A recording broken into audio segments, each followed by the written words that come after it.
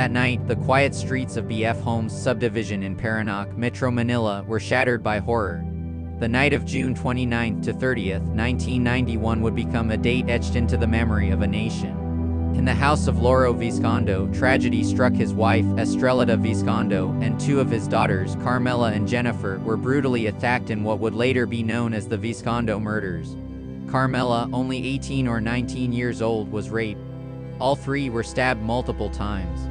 The youngest, Jennifer, was just 7 years old.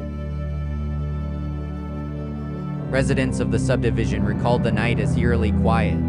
It was a calm weekend evening. No one could have imagined the violence that would unfold inside the Vizcondo home. Authorities later described the crime scene as horrifying: bloodstains covering walls and floors, signs of a struggle, and the youngest victims lifeless.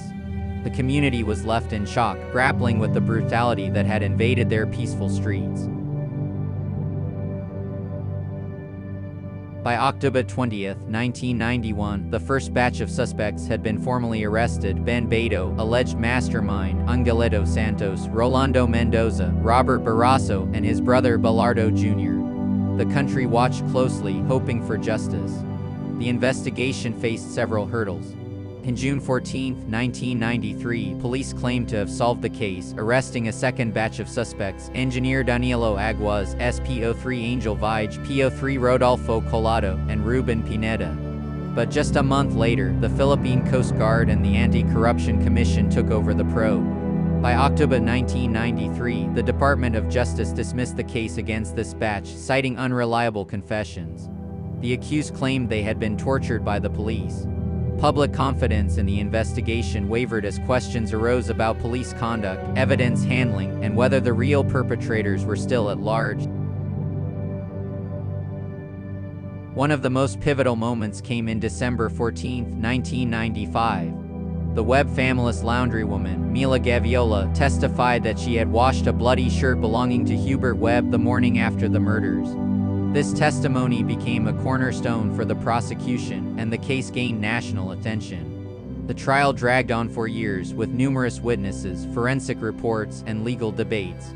By January 6, 2000, the Parañaque Regional Trial Court found Hubert Webb, Michael Gatchalain, Antonio Liano, Hospicio Fernandez, Peter Estrada, and Miguel Rodriguez guilty beyond reasonable doubt, sentencing them to life imprisonment.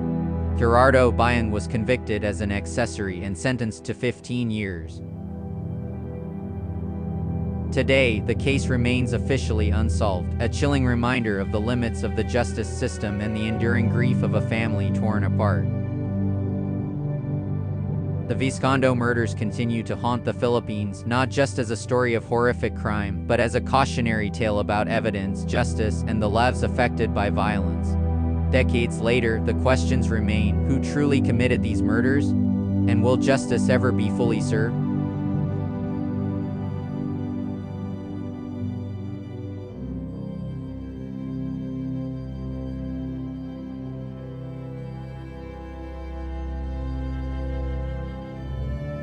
In the quiet town of Roxas, Palawan, a story of blood and terror unfolded that would haunt the province for generations. It happened long before modern headlines and television cameras stay. Its horror remains unforgettable. This is the story of Domingo Darcus Salazar and the massacre that turned a peaceful community into a nightmare. Around the year 1914, Domingo Salazar was born somewhere in the Philippines. Little is known about his childhood, his family, or the life he lived before the killings. What is known is that by the mid-1950s, he was living in Barangay San Nicolas in the town of Roxas, Palawan. There, he lived with his common-law wife, Maxima Pacho. To neighbors, Salazar seemed like an ordinary man. But beneath the surface, anger and jealousy had begun to grow inside him. On the night of October 11, 1956, that anger exploded into violence. Consumed by jealousy, Domingo Darcus Salazar took up a spear and a bolo. He attacked his common-law wife Maxima, stabbing and slashing her to death. He then turned on her pregnant sister, Romana, killing her in cold blood. Their young nephew, Fortunato Neres Jr., was also murdered without mercy. But the bloodshed didn't end there. In a frenzy, Salazar stormed into neighboring homes, attacking anyone he saw. Men, women, even children. By the end of that night, 16 people were dead and one more was seriously wounded. The peaceful community of San Nicolas was turned into a field of horror. Bodies lay scattered and homes were drenched in blood. News of the massacre spread quickly, shocking the entire province and the nation. It became known as one of the worst mass killings in Philippine history at that time. The following day, on October 12, the Philippine Constabulary captured Salazar. He offered no resistance and showed no sign of remorse. When questioned, he reportedly spoke calmly, as if nothing had happened. He was brought to Puerto Princesa for investigation. Locals demanded justice, while others wondered what could drive one man to commit such horror. On October 24, 1956, Salazar was examined at the Puerto Princesa hospital. Doctors found him mentally sane and fully aware of his actions. In court, Salazar pleaded guilty. He admitted to 16 counts of murder, as well as frustrated and attempted murder. The judge sentenced him to death for each of the killings and ordered him to pay indemnities to the families of the victims. The courtroom was filled with grief and disbelief. For many, death seemed like the only fitting punishment for what he had done. Years later, on June 30, 1959, the Supreme Court of the Philippines reviewed the case. The justices examined whether Salazar had been sane when he committed the crimes. After reviewing all evidence, the court confirmed that he had been mentally fit and responsible for his actions. However, the court also noted that Salazar had surrendered voluntarily and confessed without hesitation. Because of this, they reduced his penalties for the murders of his wife, her sister, and their nephew from death to reclusion perpetual at imprisonment. But for the remaining 13 murders, the death penalty was upheld. The court also increased the indemnity payments to the victims' families. The Domingo Salazar massacre left deep scars on the people of Palawan. Families were destroyed, and the town of Roxas was never the same again. For years, elders would tell the story as a warning about jealousy, rage, and the darkness that can consume a man's heart. Though the killings happened long ago, they remain a chilling reminder of how quickly a moment of madness can shatter an entire community. Domingo Darcus Salazar's name has faded from headlines, but not from memory. His crime stands as one of the most brutal massacres in Philippine history, a story of jealousy, violence, and justice rendered too late to heal the pain it caused.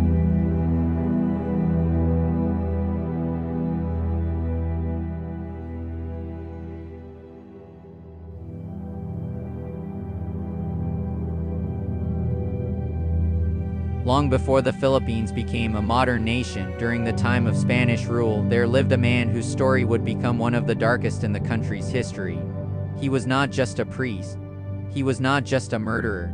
He was the first documented Filipino serial killer. This is the story of Father Juan Severino Mallari, a man who killed in the name of love, faith, and madness. Juan Severino Mallari was born on September 22, 1785, in the town of San Nicolas, now known as Macaba, Pampanga. He grew up in a deeply religious family and from a young age showed a strong devotion to the Catholic faith. His favorite saint was Saint Bartholomew, patron saint of his parish, and a figure he would later serve under for most of his priesthood. As a young man, Mallari pursued religious studies at the University of Santo Tomas in Manila.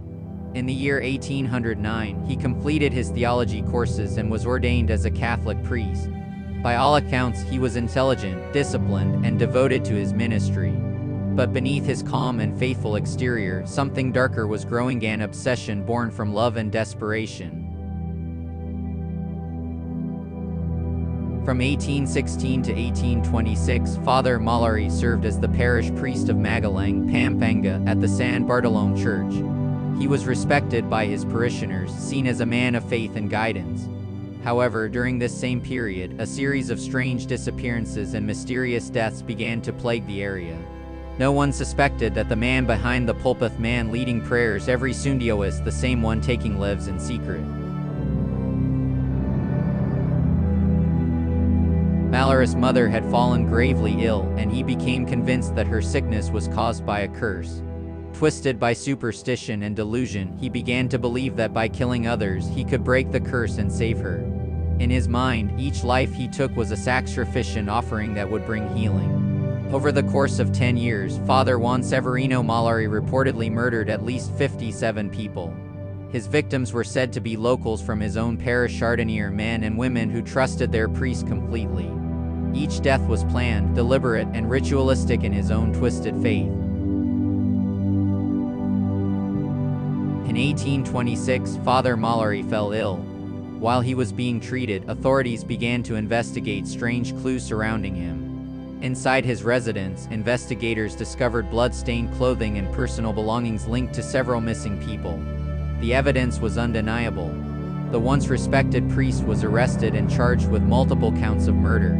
The church and Spanish colonial authorities were horrified. A man of God accused of mass murder, an unthinkable scandal. Juan Severino Mallari spent the next 14 years in prison. Some accounts suggest he showed signs of remorse, while others say he remained convinced that his actions were acts of faith. Whether he was truly insane or simply evil remains a question lost to history. In 1840, under the Spanish colonial government, Father Mallari was executed by hanging. His death brought an end to one of the bloodiest and most disturbing chapters in early Philippine history. Centuries later, historians still study his case. He remains the first recorded Filipino serial killer, a haunting reminder of how devotion can twist into destruction when faith and madness collide. Today, the San Bartolome Church in Magalang still stands a silent witness to the darkness that once hid behind its sacred walls. Father Juan Severino Mallari's story lives on, not as a tale of holiness, but as a warning that even those who preach salvation can fall into damnation. A priest turned killer, a man who believed murder could heal, and a story the Philippines will never forget. This was the life and death of Juan Severino Mallari, first documented Filipino serial killer.